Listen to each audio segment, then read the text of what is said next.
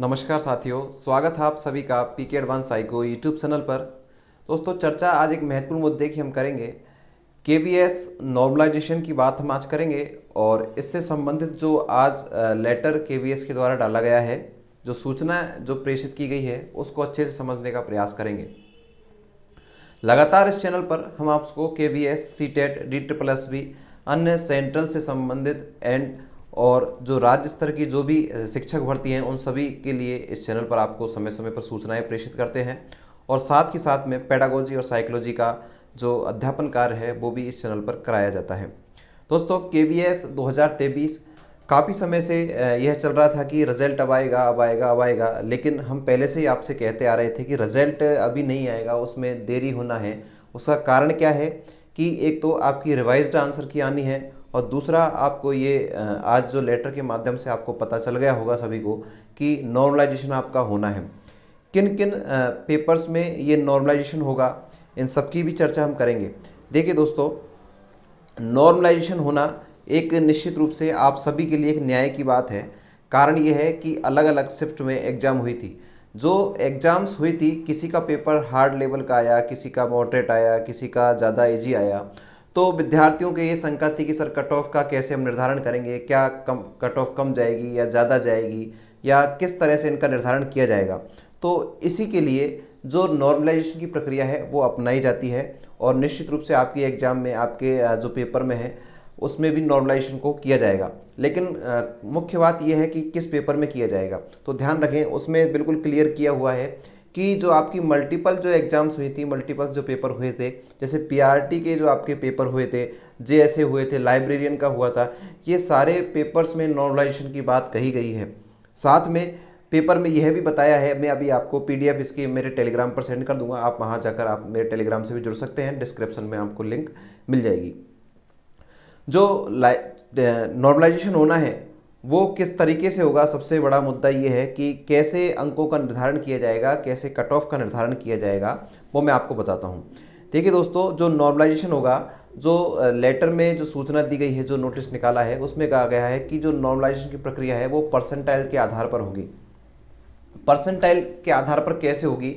देखिए कि जो परसेंटाइल है, परसेंटाइल्स का मतलब क्या होता है कि जैसे किसी भर्ती में या किसी पोस्ट पर, या जैसे मान लीजिए कि आपका पेपर किसी भी एक दिनांक को हुआ है, उस दिनांक का जो टॉपर है, उस पेपर का जो टॉपर है, उसके टॉपर के नंबरों के आधार पर परसेंटाइल निकाला जाता है। फिर दूसरी शिफ्ट को देखी जाएगी, तीसरी शिफ्ट को देखी जाएगी, जितनी भी शिफ्ट हुई हैं उनके टॉपर विद्यार्थियों को लिया जाएगा। उन टॉपर्स विद्यार्थियों के आधार पर जो मेरिट है वो निकाली जाएगी। तो सभी के जो टॉपर्स हैं उनको एक नॉर्मलाइजेशन की जो प्रक्रिया होती है उसी के आधार पर मापा जाएगा और उसके आधार पर सभी का नॉर्मलाइजेशन किया जाएगा।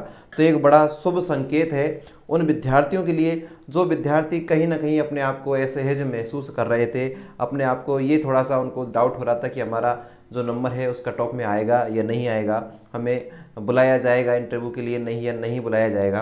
तो जो विद्यार्थी 110, 115, 120, 125, 130 के मध्य में जो चल रहे थे, उन विद्यार्थियों को बड़ी शंका थी कि हमारा क्या होगा। तो उनके लिए सबसे बड़ी खबर है कि नॉर्मलाइजेशन की प्रक्रिया में जिनका पेपर टफ आया था उनके नंबर बढ़ने की पूरी पूरी संभावनाएं हैं, क्योंकि जो पेपर का स्तर है उसको औसत करके जो नॉर्मलाइजेशन है वो किया जाएगा। तो होगा किसका? जो मल्टीपल शिफ्टेज में जो एग्ज़ाम हुई है उनका नॉर्मलाइजेशन होगा। जैसे पीआरटी है, जेएसए का है असिस्टेंट वाला, और जो लाइब्रेरियन की जो भर्ती हुई थी, लाइब्रेरियन की जो एग्ज़ाम हुई थी, उसका भी आपको देखने को नॉर्मलाइजेशन मिलेगा।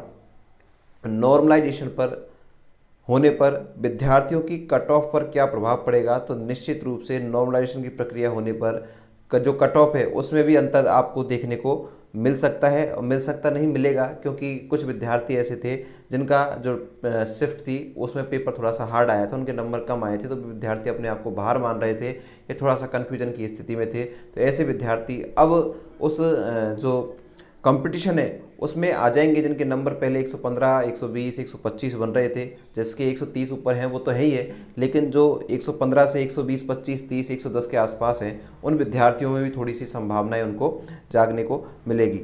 तो विद्यार्थियों, ये नॉर्मलाइजेशन की प्रक्रिया होनी है। आप निश्चित रूप से अपनी जो तैयारी है उसको करते रहें। जो 130 प्लस हैं, मैं आपको पहले ही कह चाहूँ 125 से 130 प्लस के विद्यार्थी हैं वो तो लगातार इंटरव्यू की तैयारी कर ही रहे होंगे, लेकिन अब वो विद्यार्थी भी थोड़ा सा ध्यान देने कि जिनके 120, 125, 115 नंबर थे वो भी थोड़ा सा इस चीज़ में अब थोड़ा सा नोटिस करना प्रारंभ कर दें। अगले एग्जाम पर आप लगातार फोकस अपना बनाए रखें। साथ के साथ मैं आपको फिर बता दूं कि पेडागोजी और साइकोलॉजी जो पूरा पार्ट जो होता है उसको पूरा संपूर्ण करने के लिए, चाहे आप किसी भी सीटेट की तैयारी करें, DSSB की तैयारी करें या KVA की तैयारी करें, आपका चाहे उसमें पार्ट कोई सा भी हो, PRT हो, TGT हो, PGT हो, हाँ, या फिर किसी भी राज्य की आपकी जो पात्रता परीक्षा है या शिक्षक भर्ती परीक्षा है, रीट है, UP टेट है, CTET है, STET है, सभी की आप तैयारी इस चैनल के माध्यम से भी कर सकते हैं। तो चैनल को सब्सक्राइब करके, चैनल को लाइक करके आप इस चैनल से भी जुड़ सकते हैं। आपको जानकारी थोड़ी सी भी अच्छी लगी हो तो दूसरों के साथ साझा भी कर सकते हैं। अगली वीडियो में आपके लिए अगली कुछ खास बात लेकर आएंगे। साथ के साथ आपके लिए लाइव क्लासेस रात को 9 बजे चल रही है, तो आप चैनल को साथ में जुड़ सकते हैं। आप सभी के लिए थैंक यू, बाय बाय।